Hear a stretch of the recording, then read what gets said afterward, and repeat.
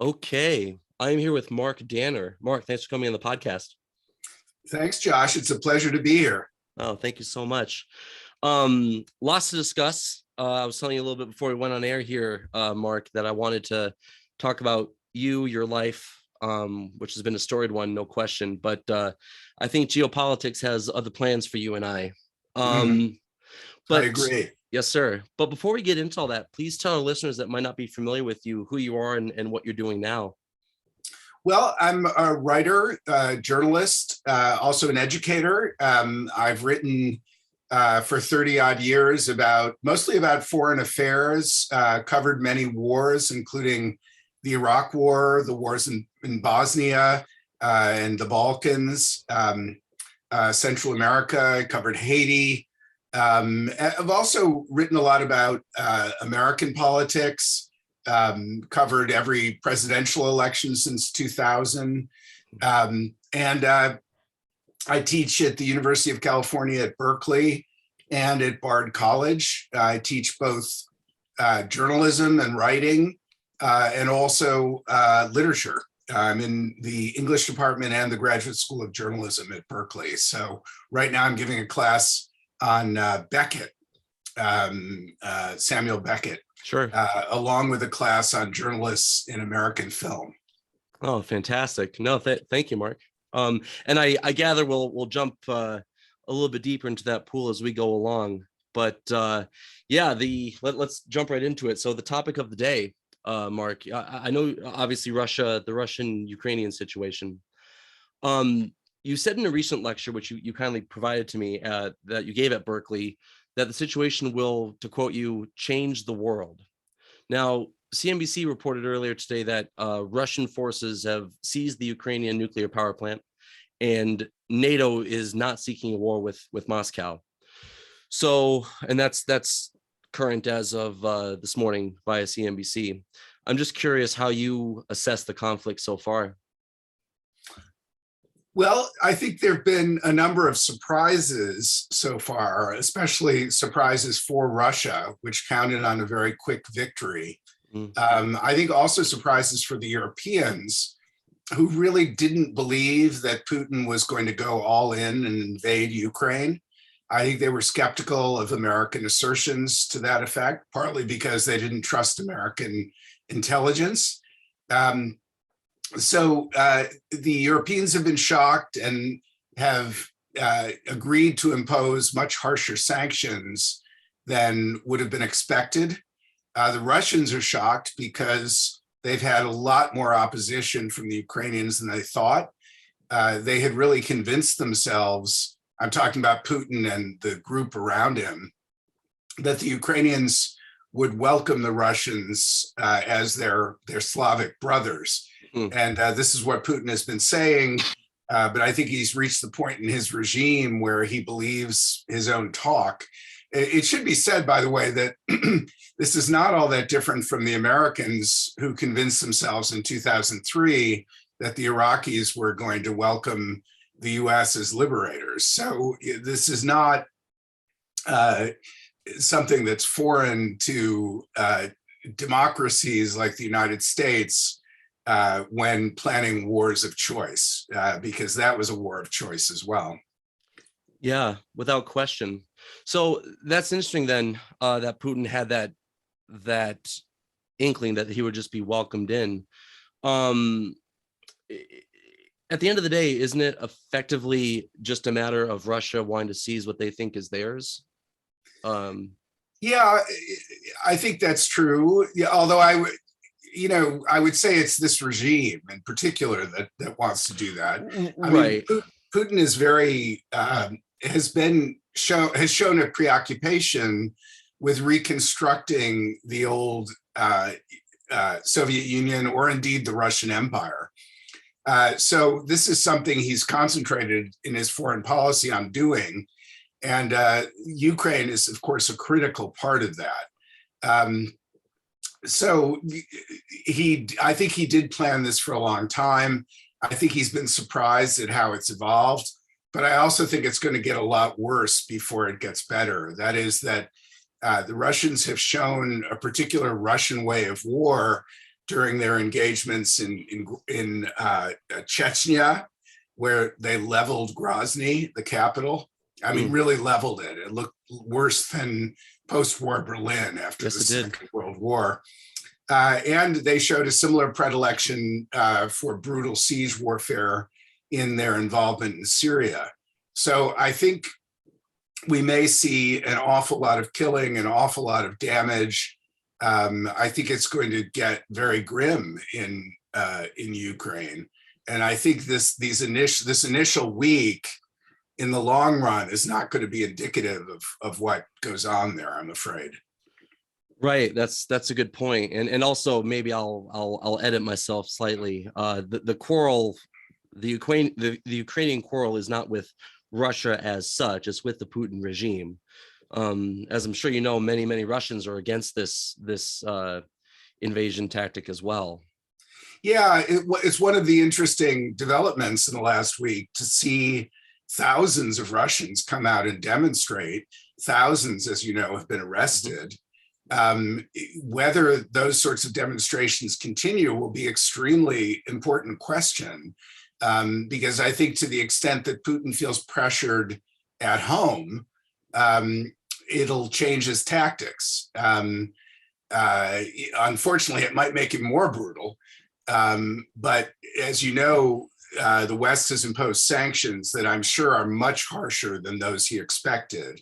I think he expected sanctions like those in 2014 when he first invaded Ukraine and annexed the Crimea. But these sanctions are an order of magnitude stronger, and they're having a very powerful effect on Russia's economy right now. The ruble has fallen dramatically. The stock market has been closed. And you know, the economy is taking a major hit, and it will probably get worse. So he's going to be experiencing pressure, and is experiencing a lot of pressure at home, especially if these demonstrations continue. Unfortunately, they might lead him to double down in Ukraine and try to get it over there as quickly as possible. I hope that isn't what happens, but I think that's a possibility. I think it's much more likely than him withdrawing, unfortunately. Right. Well, the sanction thing is really interesting to me, Mark, because, well, perhaps I'll phrase it this way. Does it strike you as interesting at all that the day after Biden announced these sanctions was the day that Putin began his invasion?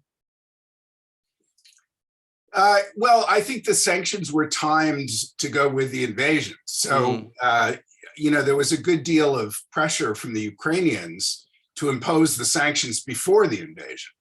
The Americans and the West still had hopes that avoiding the sanctions might be an incentive for Putin not to invade. I think it was pretty clear that, you know, this was a fool's errand. But I think they waited to impose them until the actual invasion.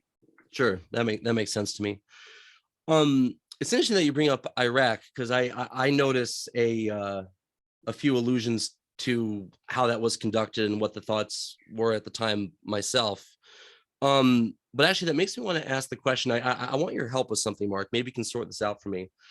So we have obviously Russia and the Ukraine. They're both, if I'm not mistaken, are member states of the United Nations. And we have an obviously aggressive Russia going after the Ukraine. So they're showing aggression to a neighboring state, with the primary focus being to strip it of its sovereignty. I mean, what is an invasion behind other than that? Number one. Number two, it would seem to me that Russia does have nuclear capability, and one could read it as an act of potential nuclear aggression as well. And thus a violation of international law, just to ferment my point. So would that not then stand to reason that that's a crime of international law, and thus it's within the right or within the interest of the international community to look into intervention? Well, it's a very good question. The problem is that the notion of violation of international law and what to do about it are separate questions, unfortunately. Hmm. It is a violation of a state's sovereignty. It's been condemned now by the General Assembly of the United Nations. Yep. The Security Council, unfortunately, is paralyzed by the fact that Russia is one of the 5 permanent members, which means it has a veto. So, in effect, the Security Council, which is the body which could condemn it and also propose that Russia be sanctioned and perhaps could ask member states to use all possible means to stop the invasion, which is the term for using force. That is stymied by the fact that Russia is one of the so-called P5. So on the one hand, I think it's correct to say it's a violation of international law, Sure. but it also takes the Security Council to condemn it and order some kind of action. The US, I should add, was in this very position in 2003. Yes, it was. That was also a war of choice against Iraq. It was not sanctioned by the Security Council, but the US was in a position to stop the Security Council condemning it, and did.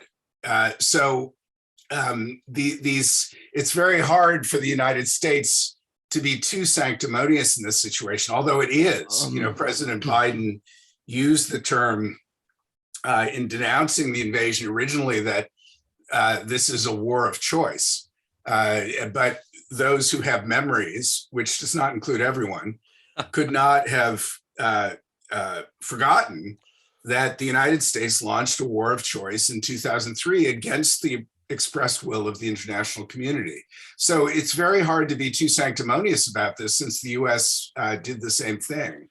Having said that, the United States was trying to remove a regime, but of course that's what Russia is doing too. I think Russia would be happy to get rid of the Zelinski regime and then get a lot of its troops out of there if it could. So much there, isn't there? I'll deal with the last statement first. So I guess up until now, I had been ignorant that one could categorize Zelinski as a regime figurehead. Tell me more about that. Well, I should emphasize he's a democratically elected leader. Right, yeah. And he got 70% of the vote. So it can be said without much doubt that he has a strong mandate from his people.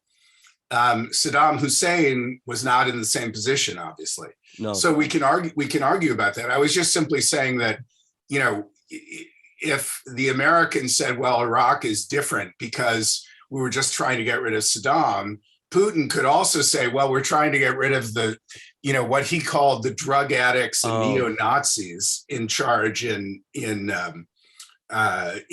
Kiev. I understand. So I would agree with those who would say these are different situations, but they're not that different, Sure. Yeah, absolutely. Yeah. Just if we had Putin tied to a chair and we asked him why you're doing this, that could theoretically or feasibly be one of his answers. I think so. Sure. Yeah. That makes sense to me. On the point of American sanctimony, I think I know what you mean. Getting into the idea of world policing and the rest of it, right? But of course, having committed past atrocities, we ought not to use that to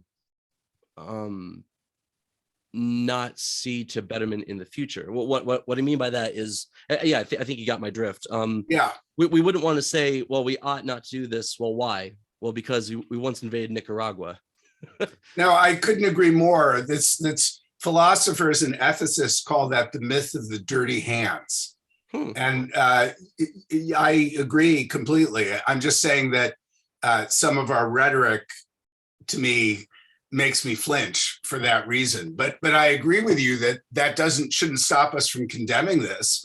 And of course, what's frustrating is that we're condemning it. We're acting to sanction the government. We're supporting the Ukrainians. Mhm. but are you the Ukrainians, excuse me, but we aren't getting directly involved militarily. And I think increasingly that's going to be a point at issue in the United States as we get more and more footage of people dying. And there is going to be more and more footage of people dying. As we speak, the Russians have taken much of the southern coast. They're moving toward encircling Kiev. They will, I think, eventually prevail, although there may well be a terrible insurgency against them. And Americans, again, have learned how awful insurgencies can be by their experience in Iraq and Afghanistan both. The problem, one of the problems that's going to emerge is as we get more and more footage showing the horrible bloodshed and the consequences of the destruction in Ukraine, there will be increasing questions asked in this country, well, why isn't the US doing anything? Right. And so there will be increasing pressure on the political leadership in the United States and in many other countries in the West, democratic countries, to do something, as there was, for example, during Bosnia, which I covered as a reporter. And it's a very difficult situation because whereas I think it's possible clever diplomacy possibly could have prevented the invasion if there was ambiguity on the United States part about what action it would take. I'm not sure about that by any means. Sure. Biden did forswear military action from the beginning. And it means that we're condemned to watch the horrors that go on in front of us. And that's going to be very frustrating, especially for people, Americans, for example, who believe that, force should only be exercised in a way that saves people's lives. And Sure. We're going to stand by and be watching a lot of people die. We already have been.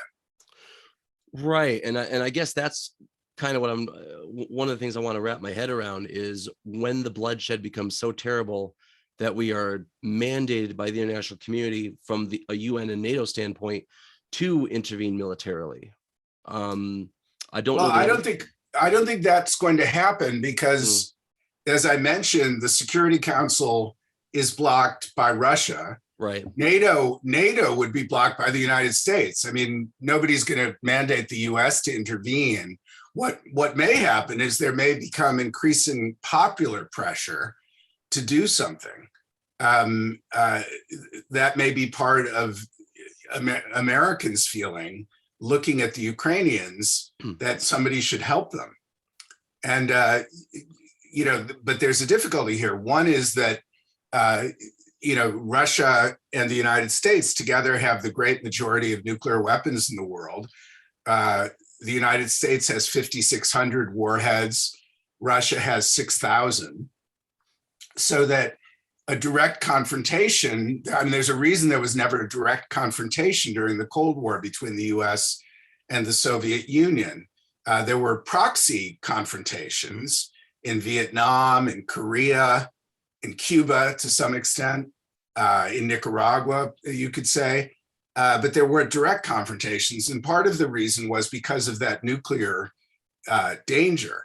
The other point is that Ukraine is adjacent to Russia, so that the United States, it would be a very difficult matter. It would be like Russia coming and fighting in Mexico. It's a very difficult proposition. Those who say, well, the US should intervene, I mean, there are very obvious logistical difficulties with that. This is their backyard. It's one of the reasons why in a piece I did nearly 30 years ago called Marooned in the Cold War, I criticized the expansion of NATO because I thought it would essentially lead to this, that it would keep expanding and we'd end up in a confrontation with the Russians because of NATO going right up to their border, which is exactly what's happened. Yeah. Yeah. Understood. Interesting. Excuse me. Sorry.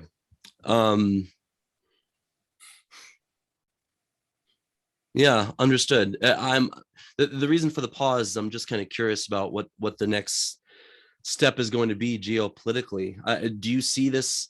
Obviously, the big buzz has been, well, is World War III going to happen, right? And I do think there's something like a cataclysmic event taking place. This is certainly a catalyst for bigger things about to happen. Yes. Yes, sir. I'll just ask the question directly, Mark. Do you see World War III on the horizon? I don't. Hmm. I think that I'm very, very happy, grateful that the administration in power is the Biden administration and not the Trump administration, because I think that it is filled with very competent people. They're not necessarily that imaginative, but they're very competent. And I think they're very aware of the risks, and they're doing their best to forestall them. That doesn't mean people can't make mistakes. That doesn't mean that, for example, Putin could do something. I mean, he's already done something very ill-advised in invading Ukraine, and he's made nuclear threats that are very disquieting. But if I had to predict it, I would say, no, we're not on the verge of World War III. However, you quoted me at the beginning as saying this will change the world, and I think that's true. I think that already this has revitalized NATO, the North Atlantic Treaty Organization, and it's caused many European states to change their attitude about their own defense. The United States has been tied to Europe since the Second World War, and since the end of the Cold War, the US has been tied to Europe, essentially because the Europeans will not defend themselves. Their defense budgets are too low to defend themselves. And I think that's a very unhealthy situation. The United States is ambivalent about this because on the one hand, it would like them to pay more for their defense. But on the other hand, it's useful for the US to be able to order the Europeans around, essentially, to have that kind of power and predominance on the European continent. I think it will be much healthier if the Europeans raise their defense budgets and are able to be responsible for their own defense. And this may be the beginning of that happening. Already since the Russians invaded Ukraine, Germany has essentially doubled its defense budget. And I think if similar steps are taken by other European countries and NATO in Europe is bolstered, the US, it will be a much healthier relationship between the United States and Europe and the United States and the world, because the US should not, this long after the end of the Cold War, be in the position, I mean, it's almost 30 years since the Cold War ended. Right. And the US should not be in the position of being responsible for Europe's defense, I think. Yeah. It could guarantee it, a nuclear guarantee, but it shouldn't be responsible for its defense on the ground. And in fact, now it is. Right. And I think that reality has shocked Europe. Interesting. Yeah, it's that world policing thing that we're getting back on, isn't it? Mm-hmm. So maybe just a few more minutes then on the situation, Mark, and then I really would love to move on to other topics.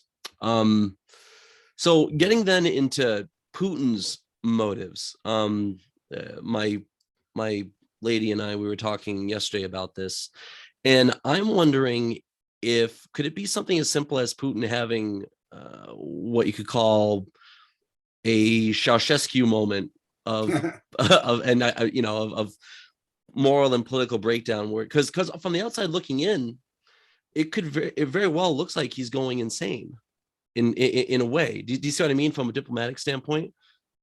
Well, I think I understand what you mean. I don't really agree with it, though. I think that I think very arguably he's made a key misstep. He made a miscalculation. And the question of his rationality really comes down to whether he realizes it or not.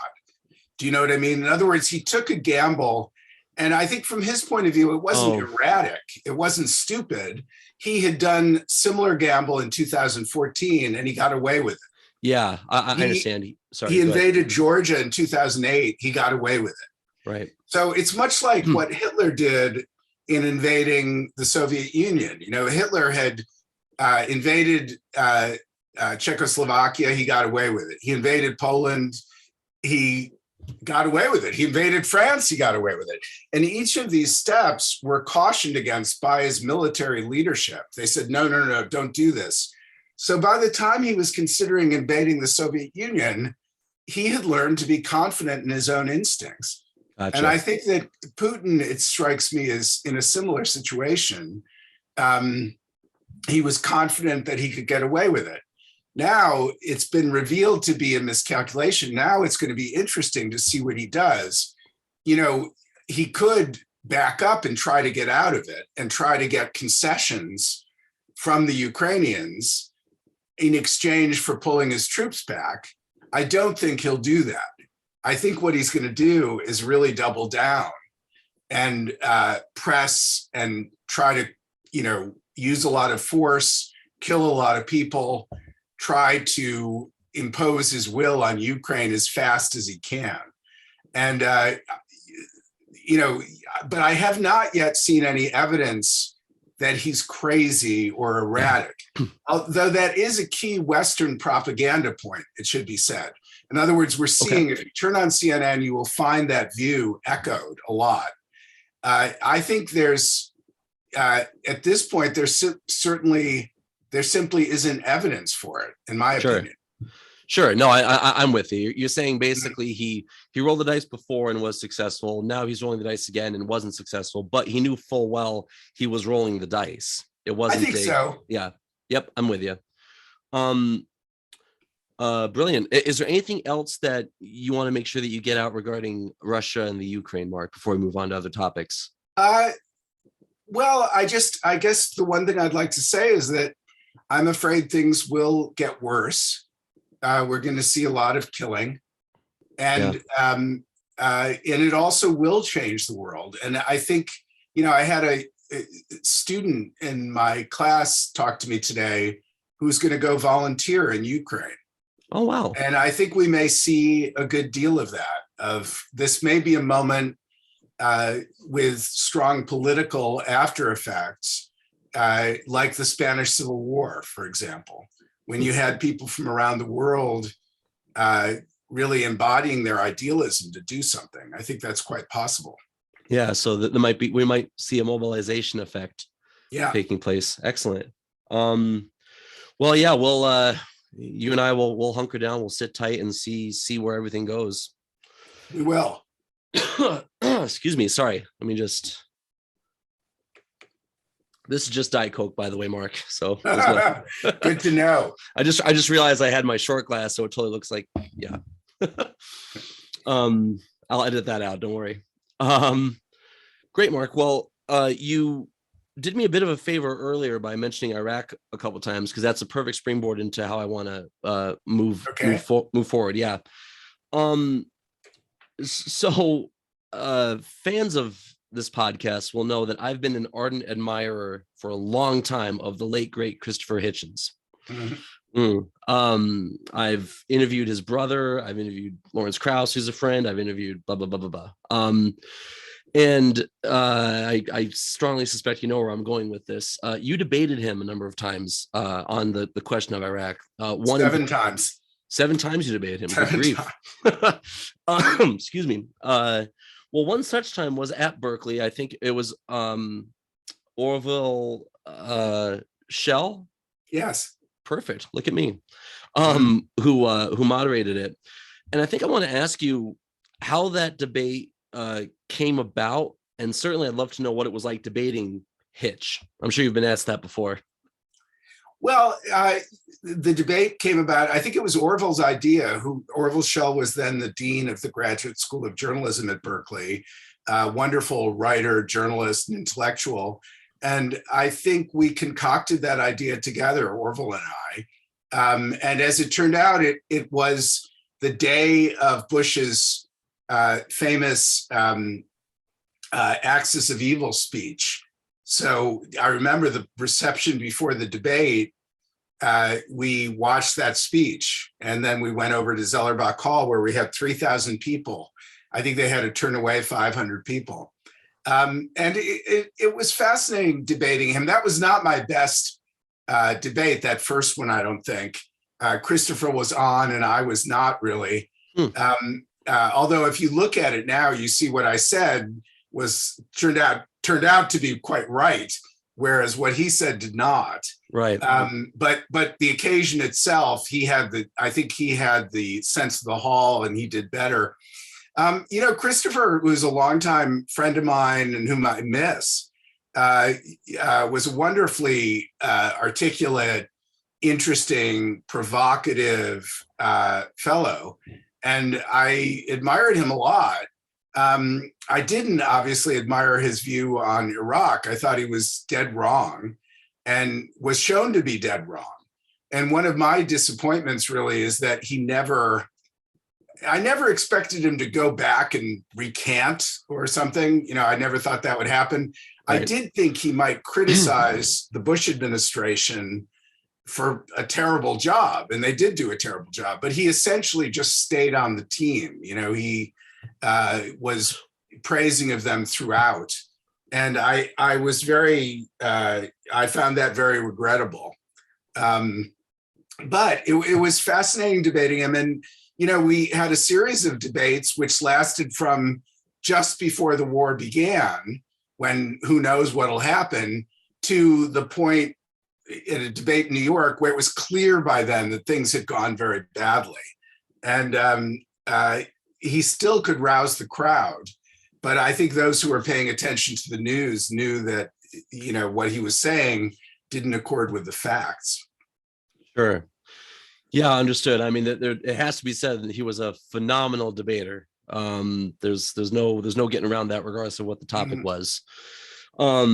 Yeah, thank you, Mark. Sadly, as you know, obviously he's not with us anymore. So the very best I can do is sort of live a vicarious existence through through you and people that I can have on.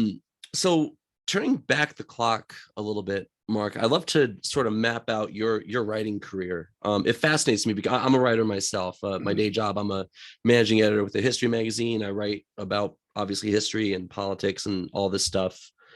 But I'd love to know what it was that made you decide to become a writer and how it guided you, how you guide yourself to enter the New Yorker.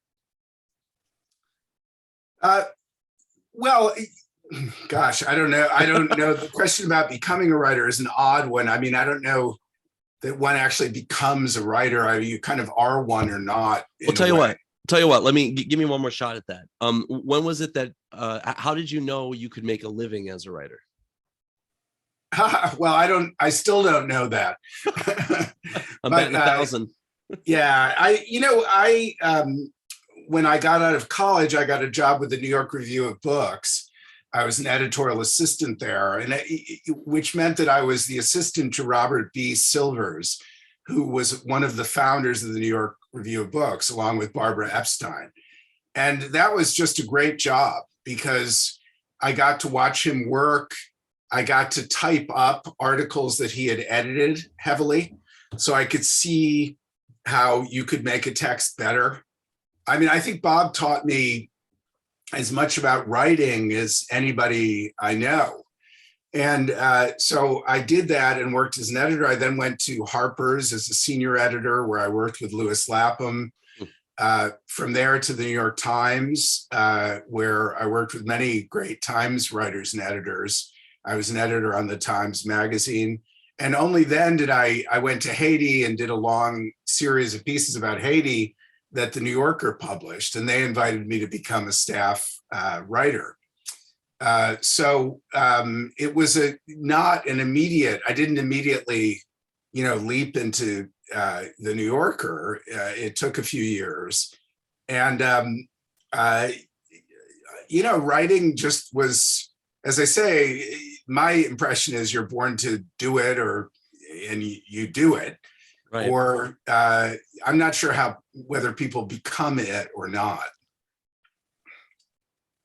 Yeah, I see what you mean. Going back to Hitchens, he had a funny line. He said that everyone has a book inside of them, but Well, in most cases, that's where it should stay. I think that's true.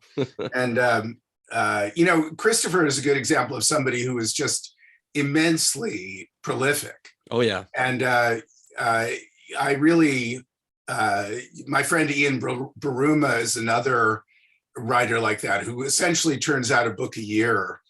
And I've always admired people like that who really just turn it out. And some of their books are great and some are forgettable, but they keep turning it out year after year. Graham Greene was a writer like that, for example, who just, he wrote famously 500 words a day. Right. Period. Yep. He stopped at 500 words. And it's a great testament to how much that's 2 double-spaced typewritten pages. And it's a testament to how much you can write if you just do it regularly. Mm-hmm. That Greene wrote 500 words a day and he produced 20-odd, 30-odd books. I don't know how many, but it's impressive. But I mean, there are a lot of different kinds of writers. People work in many different ways, obviously. But it's a fascinating subject. Yeah, no, it is. And it's interesting to me. I kind of have this pendulum swing between, feeling inspired and feeling that anxiety to want to write. If you've had a topic in your head and you just can't wait to shoot it from your brain through your fingers onto the typewriter, onto the computer or whatever it is. But then I also feel that, hey, I'm under the wire and I got to get the copy out, right? So I've certainly written without feeling the inspiration, right? Right. That's called professional writing. Yep. Otherwise known as writing for money. Writing for money. Yeah. Write as if it's your job, because right. In fact, it is. Yeah. So I recently interviewed somebody that I suspect is known to you, Victor Navasky of Yes. Nation. Yep. Yes, I know and admire Victor very much. So do I. Yeah, he's fantastic. I interviewed Matthew Continetti, also of the Washington Free Beacon. Yep. I'm not saying this to impress you, but well, maybe a little. But I want to ask you the same question I asked them and just kind of get your thoughts on it. So I want to ask you how you would define what makes up a good editor versus what makes up a bad editor. I think the single factor that maybe separates those two, and I should say there isn't a single factor, because editors do a lot of different things. They acquire, they have ideas, they coax copy out of writers, they, in addition to working on a text. But if we're talking about working on a text, I think what separates a good editor from a not so good editor is service to the text, which is to say a commitment to making the piece or the book as successful as it can be, having recognized what that piece and what that book is. In other words, not trying to make things into something different than what they are. And that probably goes along with being an editor who isn't trying to rewrite things. The editors I've had who I think are less successful are people who really want to be writing it. And Bob Silvers, who I mentioned earlier, the founding editor of the New York Review, was one of those people who never had aspirations to write things, who very much had an almost ventriloquist-like ability to put himself into a text that he was working on. So I think that's very important. I think loyalty is very important. And Bob also had that you've chosen somebody to do a piece and you're loyal to getting that piece through to a successful outcome. I think that's very important. I think if you're an editor running a publication, it's obviously very important to have imagination and to have a sense of the zeitgeist. Sure. Bob, were he with us still, and I dearly wish he was, would right now be, have 5 different writers on Ukraine, several of which we would have never heard of. He would have found through some source of his. He was very good at doing that, at finding people who you didn't know, who were very eloquent and effective. He had, and this is another answer to your question, you want an editor to have real taste. They should be able to read a paragraph and say, this person can write and that person can't. And I would see Bob have a recommendation from some very prominent writer who would say, Bob, you have to get so-and-so into the paper. They're great. They're wonderful. And Bob would put the phone down, and I would expect early on that he would just get, write that person and say, please write me a piece. But he wouldn't. He would say, get their writing. He would look at it, and 9 times out of 10, it would go no farther. It didn't matter that prominent person recommended them. They weren't up to his standards. And so I think having taste, independent taste, and independence itself is also very important. Great answer. Yeah, I would feel as you do. Wonderful. So Mark, I know we probably have, I think, maybe a couple minutes left. I know we started a little bit early, so my clock's a bit off. I apologize. But what is it that you're working on currently? I'm working on a piece about the so-called slow motion coup, about Trump's attempt to take over the government, not just after the election of 2020, but his ongoing attempt, which will presumably be put into effect in 2024. So essentially, I've written a lot about Trump, as you probably know, and I do. This is, about his ongoing effect on our democratic institutions. I'm writing a longer piece about the changes in U.S. foreign policy, which will be very much affected by what happens in Ukraine. I'm doing a memoir of Robert Silver's short book, which I've been working on for quite a while. Excellent. It's finding it quite difficult. But those are some of them, and I imagine I'll be writing on Ukraine one way or another. I'd like to go. I can't at the moment because of other commitments, but I hope to get there at some point. Yeah, excellent. No, thank you, Mark. I just have a couple questions left, Mark, and then you're no longer my prisoner. Okay. All right. So I'm curious if you've been interviewed, obviously, by people more well versed and better looking than me. Has there been a question that hasn't been asked of you that you wish someone would ask? The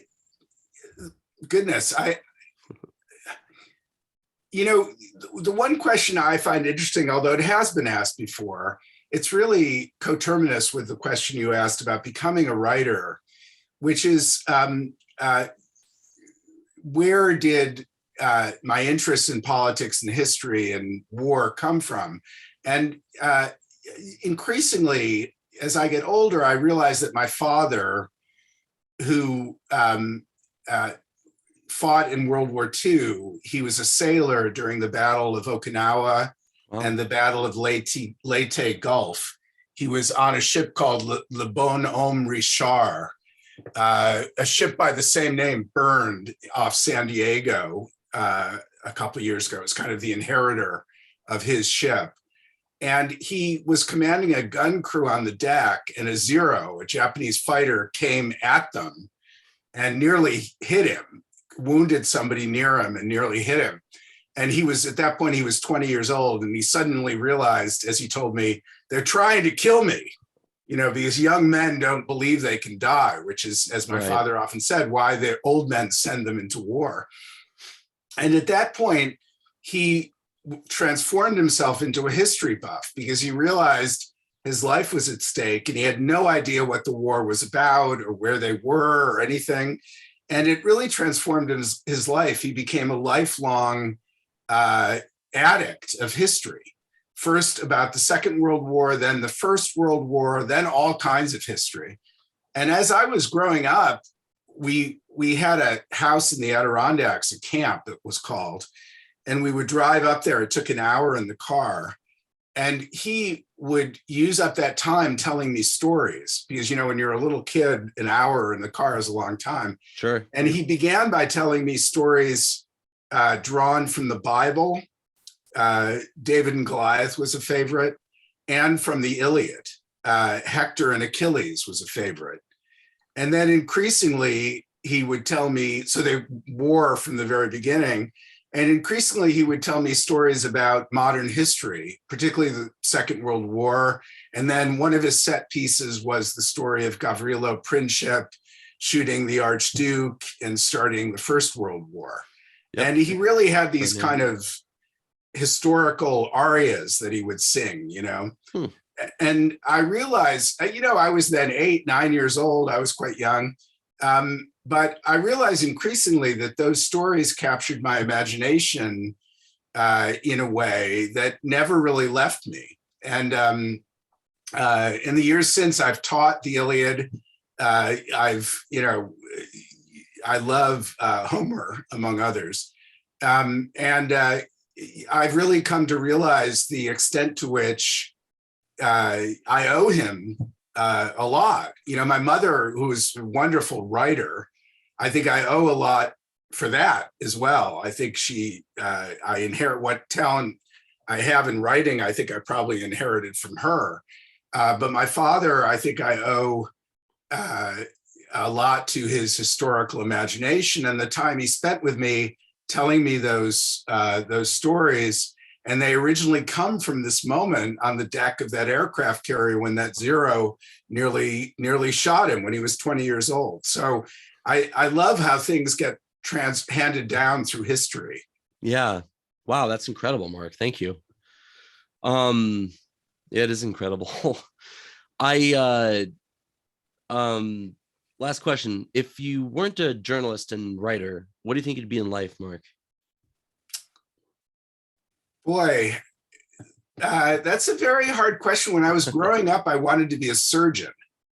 And I love the idea of it, but I soon learned that though my father, who was a dentist by trade, was incredibly deft and dexterous with his hands, I learned very soon that I had not inherited this ability, that I was completely hopeless when it came to use of tools and building things. And so surgeon would have been a very dangerous profession for me. I also had aspirations to be an architect, and I still feel that's a very admirable profession.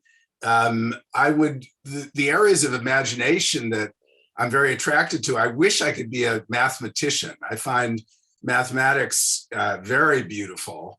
And I similarly never showed particular talent for that either. And you have to be very talented to be successful in that. But I think I would love to be a mathematician or a theorist, a physicist, a theoretical physicist. The thing that perhaps is closer to my possibilities would be a classicist. I would love to learn Greek and Latin and be able to be a classicist. So there are several, you know, but I don't know whether any of them were likely outcomes. Excellent. I love it. Mark Danner, how can people find out about you, sir? I'm sorry, how? Oh, try that again. Mark Danner, how can people find out about you, sir? Oh, I have a website that markdanner.com that has all my work on it, a lot of my talks and speeches, all of my writing, books and articles.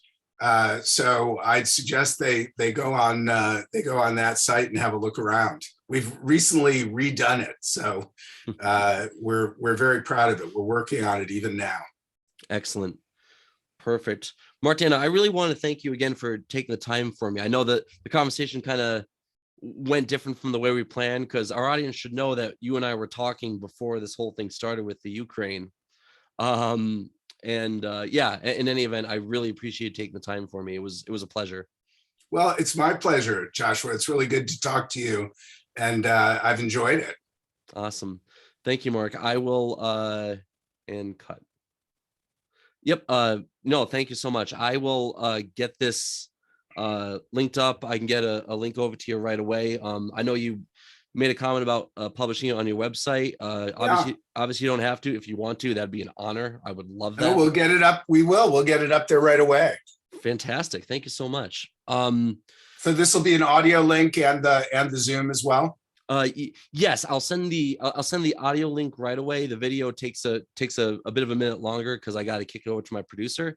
But I want to. But audio, in my experience with podcasts, people tend to prefer audio only anyway. Okay. Believe it or not. So yeah, man, I really appreciate it. I will. I'll let you go and get that link over to you. All right, my pleasure. It's nice to meet you, Josh. Nice to meet you, Mark. Take care. Okay. You too. Bye-bye. Bye.